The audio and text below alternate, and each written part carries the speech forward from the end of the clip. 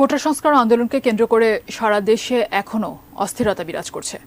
বিশেষ করে সহিংসতায় নিহতের সংখ্যা নিয়ে নানা তথ্য সামনে আসছে।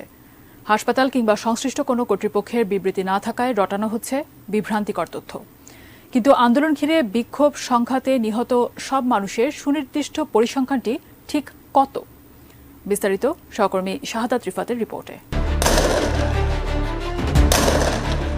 সরকারি চাকরিতে কোটা সংস্কারের দাবিতে শিক্ষার্থীদের অহিংস আন্দোলন সহিংস হয়ে ওঠে 15 জুলাই। আন্দোলনকারীদের সঙ্গে পুলিশ ও সরকার দলীয় নেতাকর্মীদের দফায় দফায় সংঘর্ষ হয়। আর 16 জুলাই বেগম রোকেয়া বিশ্ববিদ্যালয়ের শিক্ষার্থী আবু সাঈদের মৃত্যুর পর তা আরও ভয়াবহ রূপ নেয়।